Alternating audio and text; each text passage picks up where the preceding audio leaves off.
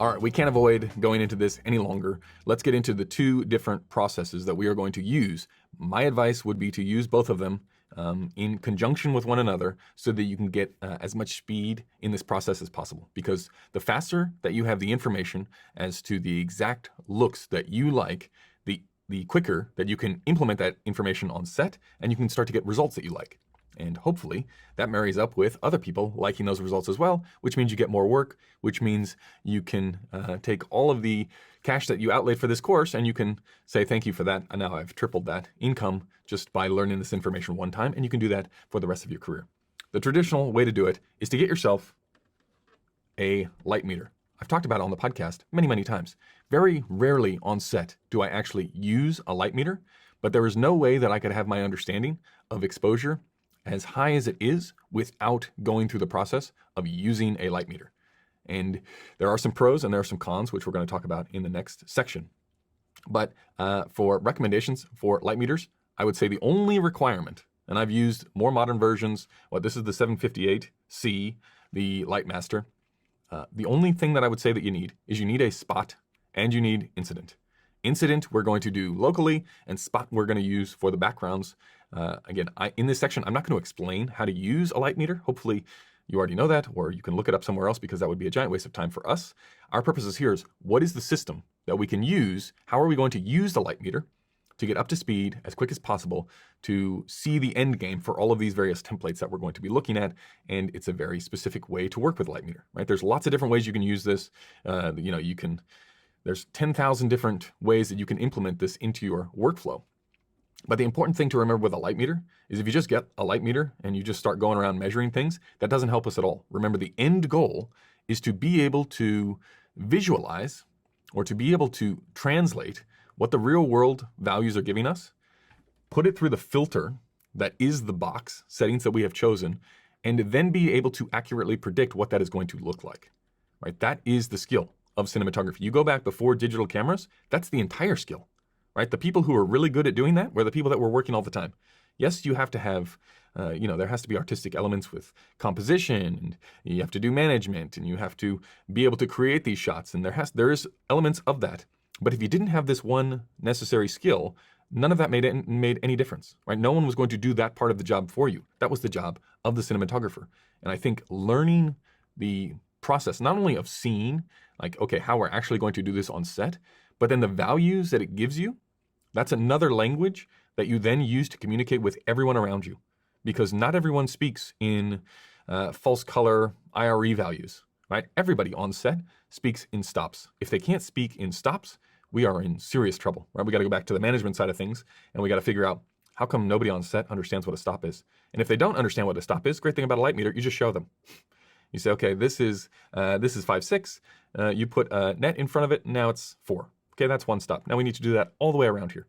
It's very, very simple to communicate. But the value is not in just going around measuring things. Although, you can talk about light meters are great for location scouts. They're great for tech scouts because you can measure things that you can't control, which again are an important element of mastering exposure when we go into location work as opposed to studio work. So there are many, many benefits outside of this. There's many, many use cases for light meters outside of this. But in this section, I'm going to go over the pros and cons as to why I think you should. And I mean, there's no way you can do it as fast. And if you can shave 6 months off of your learning curve, that's 6 months where you can be working. That's 6 months where you would imagine the return on that versus maybe, I don't even know, the $1,000 that you would have spent on the light meter. If you can't make that back, we're in serious trouble.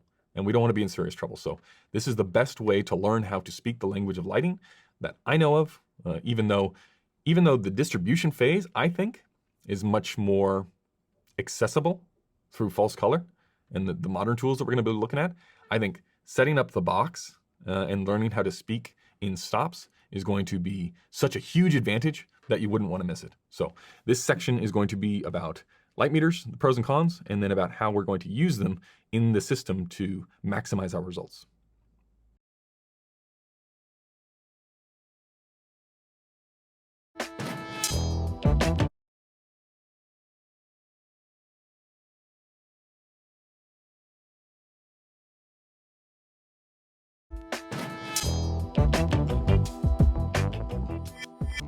Up until a handful of years ago, this was really the only way to learn lighting. So everyone had a very similar foundation as to what they understood was happening with the camera and with exposure based on the light meter.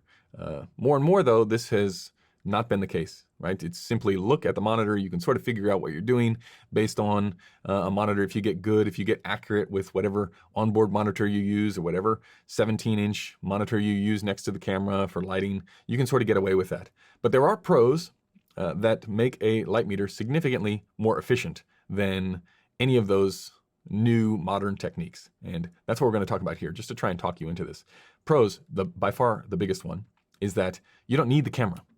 Oftentimes, you will be without a camera. And the bigger, the larger the set, the more often than not, you will be away from the camera.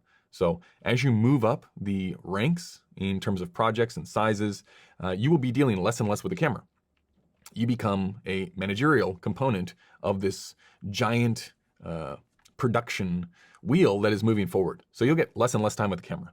And that's a good thing. The problem is if you don't know what the camera is going to see, if you're not able to project that in your mind, that can get you into serious trouble. And so better to learn this stuff now at the beginning so that you can leverage it for your strengths. So you don't need a camera. Now,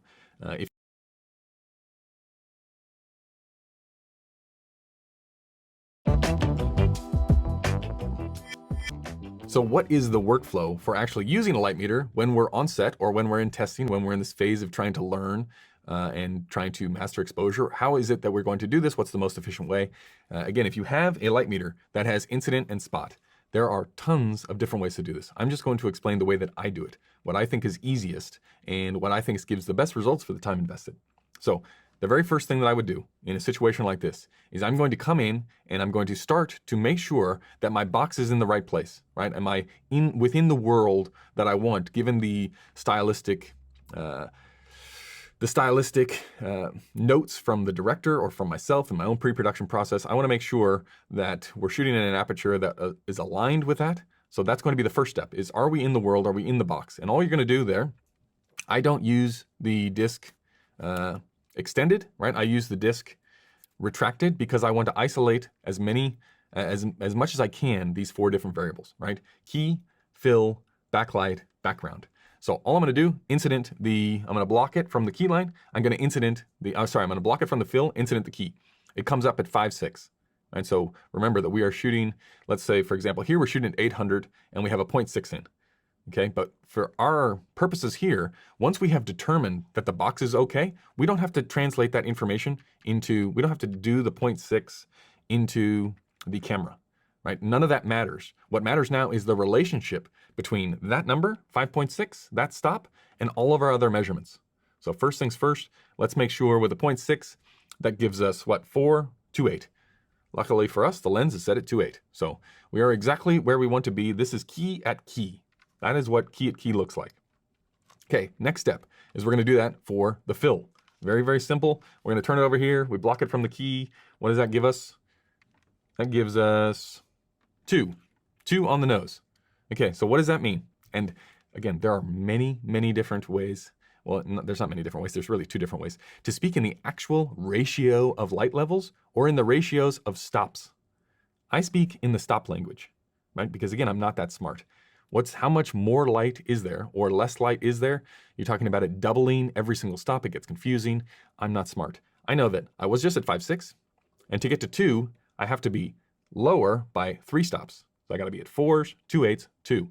So that's key at key. That's fill at -3, right? That's what I'm saying when I say -3. I'm saying we're 3 stops down on the fill, not we're 3 amounts of light down, whatever it is. We're 3 stops down. That's where I want to be. Okay, now that if I'm happy with that, I move on. If I'm not happy with that, I just adjust this. And I say, okay, we need to stop more out of this. Like, what would a stop more out look like? What if we just go like this? What does that say? Now, if we block it, okay, that's half. We just got half a stop out of this. Okay, maybe that's not enough. Maybe we want even more. And again, this has nothing to do with the shape. We're going to deal with the shape. Well, we're not really going to deal with the shape at all in this course, but you can deal with the shape a whole bunch of different ways. Right? If you're not happy with the shape, I would say the shape comes second. So get the level of light that you want, or you anticipate that maybe if you're going to have a bare-faced lamp, you're going to need more shape than that.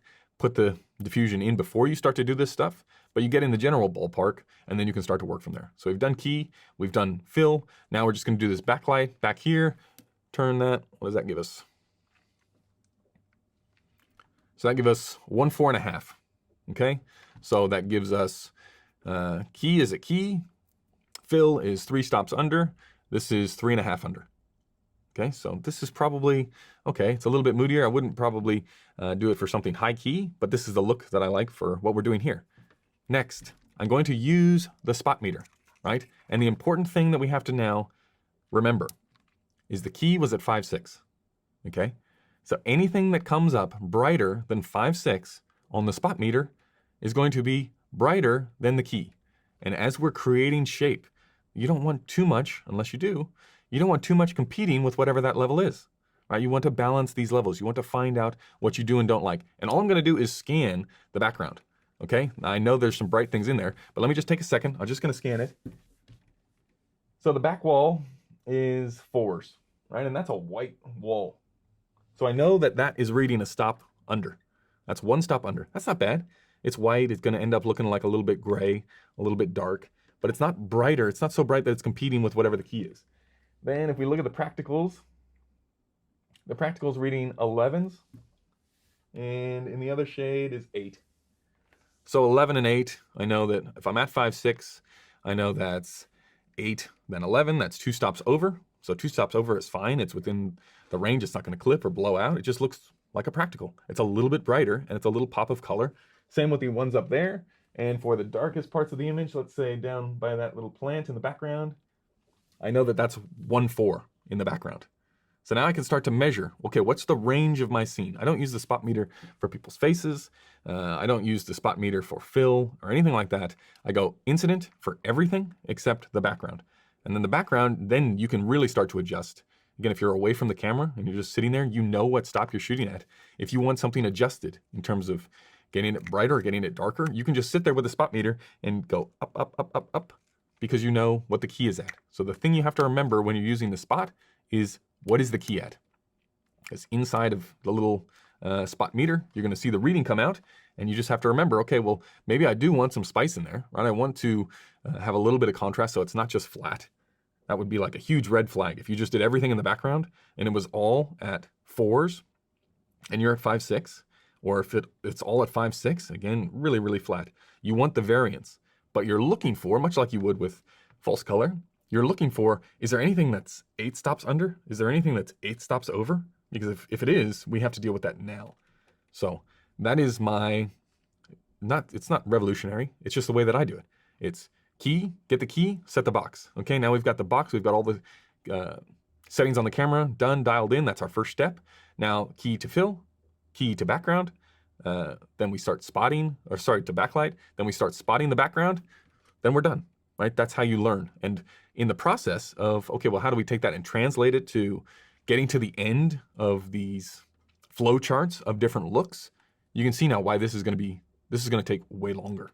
This is going to be way more complicated, because we have to, essentially what we have to do is we have to come in here and say, okay, rather than, switch that back to incident, rather than 5.6, which is what this look is, what if we keep everything the same and just lower the box, right? Just slide the box down a stop.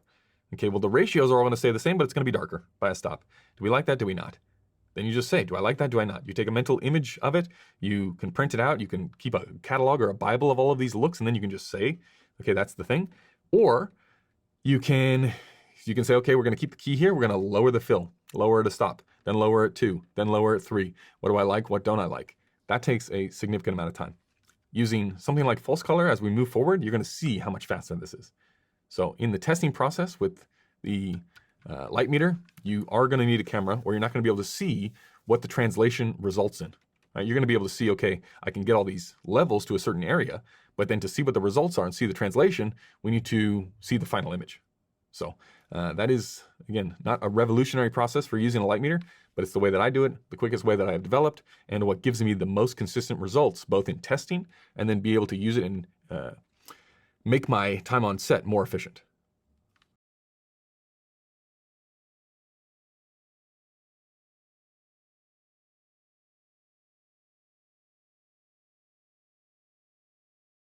than what I was able to reproduce. And I couldn't figure out what the difference was. I couldn't figure out the separation between images that I really liked and images that I wanted to create and tried to create but was falling short. And it wasn't until false color allowed me to see the world in a different way. I just needed to get out of this one